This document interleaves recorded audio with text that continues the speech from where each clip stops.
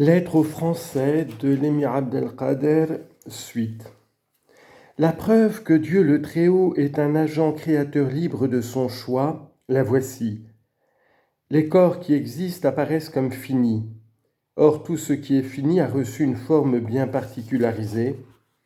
Donc les corps qui existent ont été créés dans le moule d'une forme bien particulière. Ces formes sont de deux types. Celles dont l'existence est le résultat d'un concours de circonstances fortuites, sans qu'il soit forcément nécessaire d'admettre qu'elles sont l'œuvre d'un agent créateur intelligent, et celles qui supposent l'intervention nécessaire d'un agent intelligent d'après le témoignage explicite de l'esprit. Les morceaux de pierre brisés, les tessons de la cruche d'argile sont autant d'exemples de formes du premier type. Ces débris de pierre ou d'argile ont nécessairement chacun une forme précise. Mais le témoignage explicite de l'esprit peut admettre qu'une telle forme peut résulter d'un concours de circonstances fortuites et non nécessairement de l'intervention d'un agent créateur libre de son choix. Les objets investis d'une fonction précise ou qui ont une utilité générale, comme l'aiguière par exemple, relèvent, elles, des formes du second type. En effet, lorsque nous examinons l'aiguière, nous voyons qu'elle présente trois parties différentes. La panse qui doit être large, le bec qui est étroit et l'anse. Ces trois parties considérées sont manifestement déterminées par l'usage pour lequel cet objet a été conçu.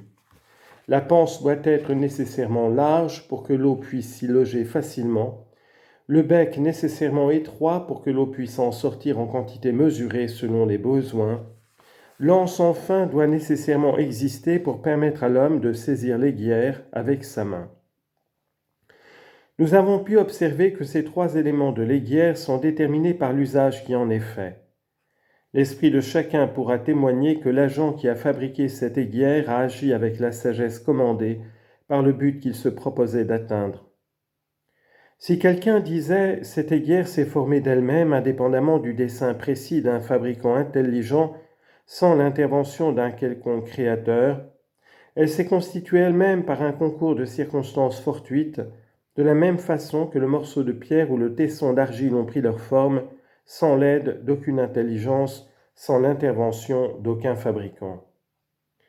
La raison naturelle témoignerait que de telles paroles sont fausses, qu'elles soutiennent quelque chose d'impossible. Dès que l'on peut affirmer avec certitude l'existence d'un agent créateur libre de son choix, il devient clair que le monde a dû apparaître à un moment bien déterminé. L'homme qui est arrivé à connaître cela, il lui est à coup sûr facile d'admettre l'existence de la prophétie. En effet, celui qui entre dans un jardin et y voit des fleurs nouvelles qui ne s'y trouvaient pas auparavant, puis aperçoit une grappe de raisin dont tous les grains sont devenus noirs, sauf un seul, alors que tous ont été soumis aux mêmes influences de l'eau, de l'air et de la chaleur du soleil, aussi bien ce grain unique que les autres, eh bien cet homme est obligé de reconnaître ici l'intervention d'un créateur parfaitement libre de son choix. Cela admis, l'homme n'en devra pas moins mesurer la sincérité de celui qui se dit l'envoyé de Dieu, car le miracle qui est la marque de cette sincérité est un signe indispensable. Remarque générale. Si vous ne savez pas au juste si telle personne est véritablement un prophète, vous ne pouvez acquérir de certitude à ce sujet qu'en vous informant de son état par l'observation directe ou par les écrits transmis sur son compte assortis de preuves attestant que les transmetteurs sont bien dignes de foi.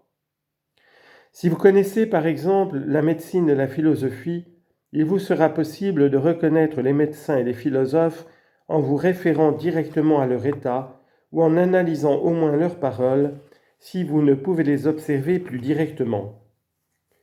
Possédant la science de la médecine et celle de la philosophie, vous n'êtes pas incapable de reconnaître que Galien était médecin et Platon philosophe, et cela par l'observation directe, sans en référer aux affirmations d'autres personnes qui prétendent avoir parcouru leurs livres et leurs écrits. Alors s'impose à vous la connaissance nécessaire de leur état. De même, si vous avez saisi la signification de la prophétie, il vous faudra étudier attentivement, inlassablement, les livres des prophètes ainsi que tous les faits les concernant, leur biographie et tout ce qui peut vous renseigner sur leur état. Si quelqu'un affirme ce qui a été transmis sur leur compte relève de l'affabulation et du mensonge, nous répondrons. Pourquoi les gens ne transmettent-ils pas d'un témoin véridique à l'autre des récits semblables au sujet d'autres personnes que les prophètes ? La plupart des faits transmis au sujet des prophètes et qui révèlent la sincérité de ceux-ci sont attestés par une série de garants qui ne sont là que pour inviter l'esprit à reconnaître la réalité de tels faits. Cette forme de transmission par l'intermédiaire d'une chaîne de garants dignes de foi est utile à la science. L'exactitude de l'information se fonde ici sur le choix des transmetteurs qui ne peuvent de toute façon accréditer un mensonge puisque les faits en question ont été également reçus par tous en leur temps. L'esprit peut donc se prononcer sur ces faits en s'en remettant à leur seul témoignage, source d'une connaissance parfaitement nécessaire. Aucun doute n'est ici de mise. De même qu'il n'existe pas d'autre voie que celle de la transmission par l'intermédiaire de garants dignes de foi, pour nous faire connaître l'existence de pays lointains comme la Chine ou l'Amérique, ou celle des personnages du passé, comme Hatim, Antara, Galien ou Aristote.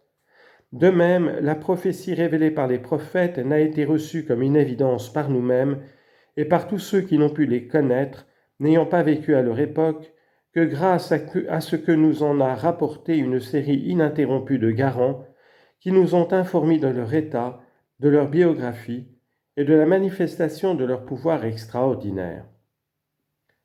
Si nous refusons ce qu'ont transmis ces garants, si nous ne pouvons l'accepter, nous bornant à admettre uniquement ce que nous voyons, il nous faut obligatoirement récuser l'existence de la prophétie et des prophètes. Bien plus, il nous faudra encore admettre qu'il nous est impossible de croire à l'existence de pays que nous n'avons pas vus, de personnes que nous n'aurons pu observer directement, ce qui apparaît de la plus grossière vanité. Mais si nous reconnaissons le bien fondé d'une tradition attestée par une suite ininterrompue de garants authentiques, alors il nous faudra nécessairement reconnaître la prophétie et tous les prophètes. Le prophète appelle chaque individu à l'adoration de Dieu et peu lui importe si tous les hommes le contredisent. Un exemple illustre bien ce rapport existant entre l'envoyé et les hommes qui refusent de le croire, jugeant même inutile d'examiner si ces paroles correspondent à la vérité.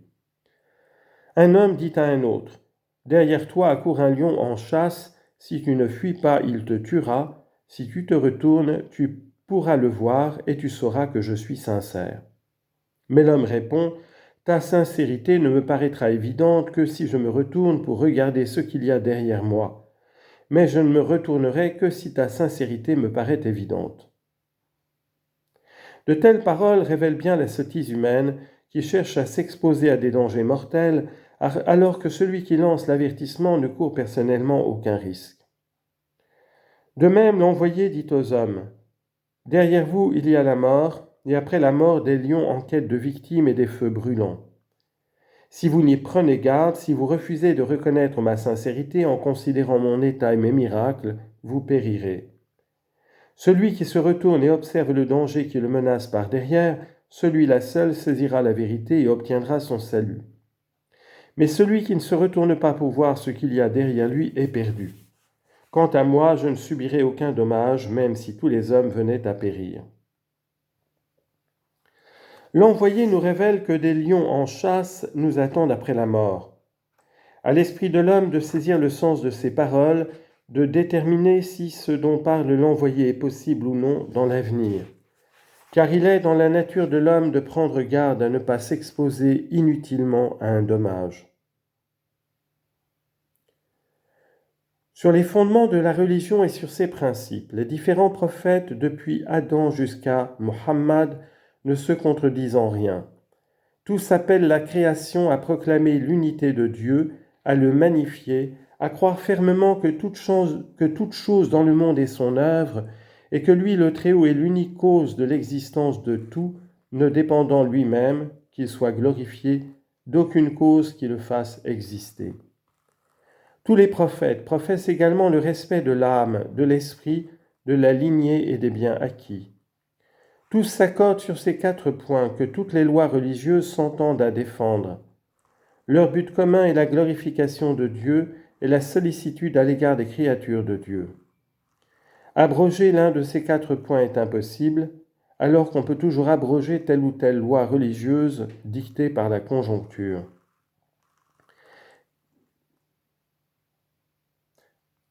Ceci à l'exclusion bien sûr des lois que l'Esprit juge nécessaires, ainsi la reconnaissance de l'unité de Dieu et les 4 points que nous venons de mentionner, que l'intelligence en accord avec les lois religieuses impose de sauvegarder. Ce qui diffère chez l'un ou l'autre des prophètes, c'est uniquement la manière de les sauvegarder, les aménagements prévus pour assurer leur permanence. On peut juger de la sagesse de telle ou telle mesure d'abrogation et de son utilité en considérant dans quelle mesure la loi religieuse sert les intérêts des serviteurs de Dieu, ou en considérant aussi la bienveillance de Dieu à l'égard de ses créatures. Il est possible que ces intérêts temporels viennent à changer et que ce changement puisse affecter de la même façon la loi en question. Il en va de même pour les soins prescrits par un médecin. Un jour, il ordonne de boire une potion spéciale qu'il ne prescrira plus à un autre moment.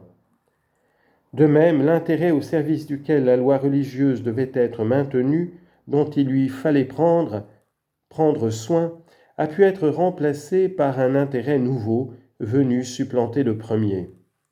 Ce qui rend nécessaire à un moment donné l'abrogation de la loi qui se trouvait au service de l'intérêt premier.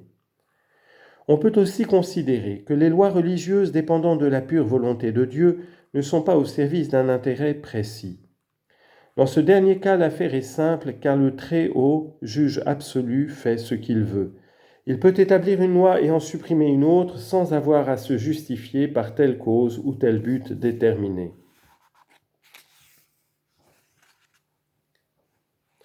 Comme il ne saurait y avoir d'incompatibilité entre une décision rendue nécessaire par l'existence d'une certaine réalité à un moment donné et une autre décision rendue nécessaire par la disparition de la même réalité à un autre moment, de même il n'y a pas d'incompatibilité foncière entre la permission de faire une chose à tel moment et l'interdiction de la faire à tel autre.